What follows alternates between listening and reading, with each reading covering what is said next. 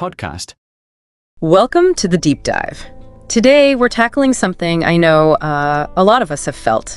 That sort of nagging sense that English grammar, with all its rules, can feel like an obstacle course. Yeah, absolutely. You can feel really restrictive. So we're going to explore why that feeling exists and, maybe more importantly, how you can communicate effectively, confidently, without constantly, sweating every single comma. It's almost universal, isn't it?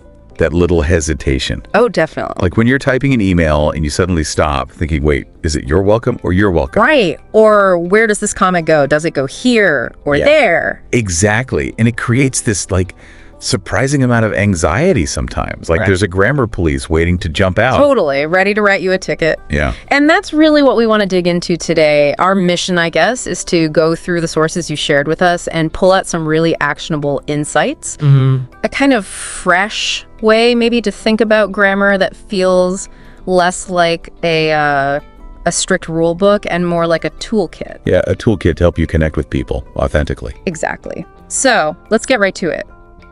Why does grammar so often feel like a prison? Well, one of the key things that comes up again and again is how we often perceive it. Okay. As this, unyielding set of laws, almost like legal statutes or something. Right, like you're going to get punished if you break them. Think back to school, maybe. Oh, absolutely. Yeah. The teacher's red pen, circling every mistake. That red pen, it's practically a symbol of grammar stress, isn't it?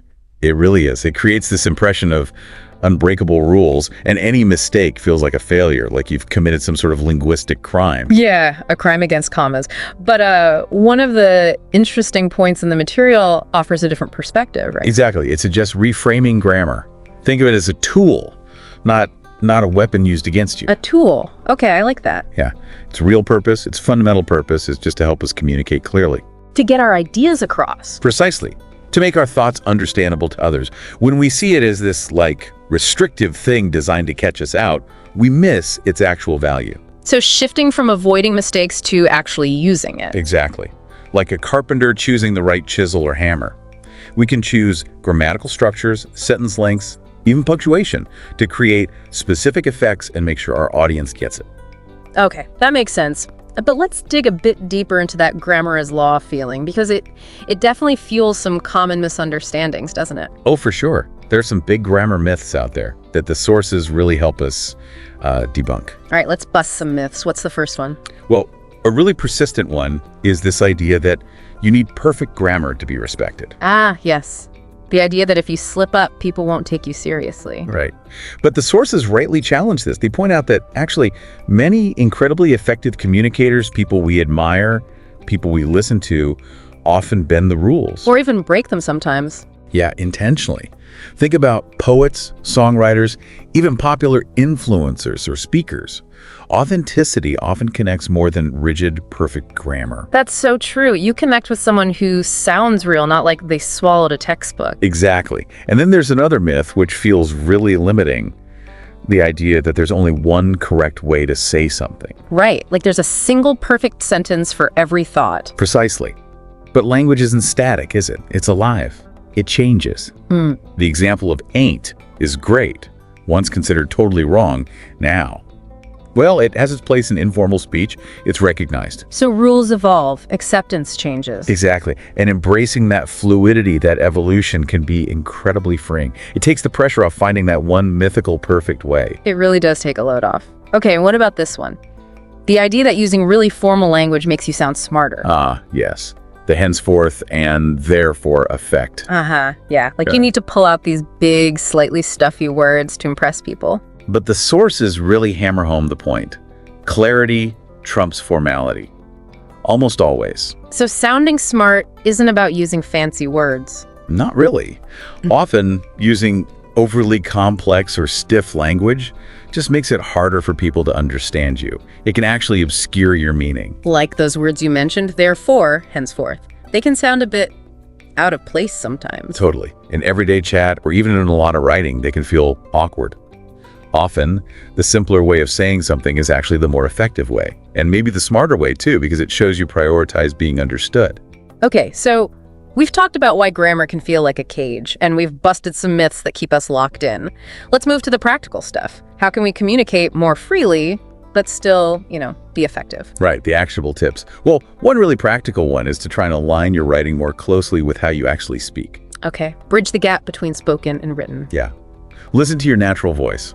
If you wouldn't say something in a really formal, convoluted way out loud, try not to write it that way either. Makes sense, like that example in the sources. It's perfect. Whom among us shall attend the gathering this eve? Nobody talks like that. Exactly. Versus the much more natural, hey, who's coming tonight? Just sounds like a real person. It's about bringing your authentic voice onto the page. Precisely. Letting your genuine self come through. Okay, good tip. Another one that really stood out to me was about using short, clear sentences. Why is that so powerful? Well, breaking down those long, winding sentences into shorter, more direct ones, it just dramatically improves clarity. Easier to follow. Much easier. And it can actually make you sound more confident, too. The source gives that great before and after. Remind me. Due to the fact that I was running late, I unfortunately missed the meeting. Right, okay. A bit wordy. Yeah. Compared to Yeah. I was late, I missed the meeting. Much punchier. Straight to the point. You cut out all the fluff, get right to the core information. It's strong. It really is, like stripping away unnecessary layers. Now, this next tip is interesting. Using grammar intentionally, which sounds like it might mean breaking the rule. Kinda, yeah. But it's about making a conscious choice for a specific effect. It's not just a mistake. Okay, so give me an example. Like starting a sentence with and or but.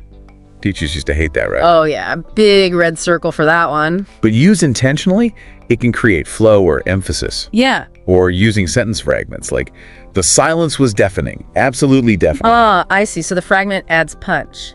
Exactly. It's a deliberate stylistic choice. But the key, as the sources point out, is intention. And also, not overdoing it. Right. Use it sparingly for impact. So it's about knowing the rules well enough to know how and when to bend them effectively. That's a great way to put it. It's not ignorance, it's skillful manipulation for effect. Okay. And the last practical tip. It's framed in a really neat way. The 12-year-old test. What's that about? I love this one. It's such a practical benchmark for clarity. How does it work? Basically, the idea is, can you explain your point clearly enough that an average 12-year-old could understand it? Okay. If you can, you've probably achieved a good level of simplicity and directness. It forces you to avoid jargon and overly complex sentence structures. And it's not about dumbing down your ideas. Not at all. It's about making them accessible. Clear communication is smart communication. These are all really helpful ways to shift how we think about it and to really see the difference. The sources gave some side-by-side examples, didn't they? Overly formal versus more natural. Yeah, those are great. Let's look at one. Option A. I shall endeavor to elucidate the process henceforth. Okay, sounds very proper, maybe a bit robotic. Right. Now compared to option B, I'll explain how it works from now on. So much clearer. And warmer, too. Used as a contraction, simple words, it just sounds like a helpful person talking. Exactly. It feels less stiff, more direct, more human. Yeah, there was another one, too, that really showed the contrast. Option A. Your participation is required in order to proceed with the process. Very bureaucratic sounding. Lots of passive voice, nominalizations. Yeah, all that stuff. Now, option B. We need you to move forward. Simple, direct, active. Tells you exactly what's needed. Striking, isn't it? The second one is concise, clear, no fluff. It makes you wonder why you'd ever choose the first one in most situations. Totally. It really drives home that point. Clear communication doesn't need fancy dress. Okay, so for people listening who want some quick wins, things they can use right away, Yeah. the sources offered some grammar cheat codes, right? Yeah, some immediate takeaways. A big one is just embracing contractions. Like don't, you're. Exactly. They're perfectly natural in almost all contexts outside of, say, super formal academic papers or legal documents. And they make your writing sound less stiff. Definitely. More conversational, less robotic. Yeah. Using them is generally fine, even preferred, for sounding natural. Good one. What else? What about those grammar checker tools like Grammarly? Yes. They can be super helpful, right? For catching typos, obvious errors. Yeah, lifesavers sometimes. But the sources caution against treating them as the ultimate authority. Oh, why is that? Because if you rely on them too much or accept every suggestion, your writing can actually start to sound, well, robotic. Because they prioritize strict rules over flow? Often, Yeah. They might flag things that are stylistically fine or suggest changes that make the text technically correct, but also awkward or overly formal. So think of them as a helpful assistant, not the boss of your writing. Use your own judgment too. That's a really important balance to strike. Okay, and the final cheat code is surprisingly simple. Super simple, but often overlooked. Read your writing out loud. Just say it. Yep, just read it aloud. Your ear will catch awkward phrasing, clunky sentences, or unclear bits that your eye might just skim over. Things that grammar rules alone might not flag. Exactly. If it sounds weird when you say it, it's probably going to read weird too. It's like giving your writing an audio test drive. Does it flow? Does it sound natural? That's brilliant. So easy to do. Okay, so let's try and bring this all together. If there's one main message you hope listeners take away from this deep dive into your sources, what would it be? I think the core idea is to really shift your perspective. Stop seeing grammar as this rigid prison of unbreakable rules designed to catch you out. And see it instead as a flexible set of tools. Tools for expression, for connection. It's about prioritizing clear, authentic communication over chasing some impossible ideal of grammatical perfection. So give yourself permission to not be perfect. Absolutely. Occasional mistakes, slip-ups, they're just part of learning and communicating.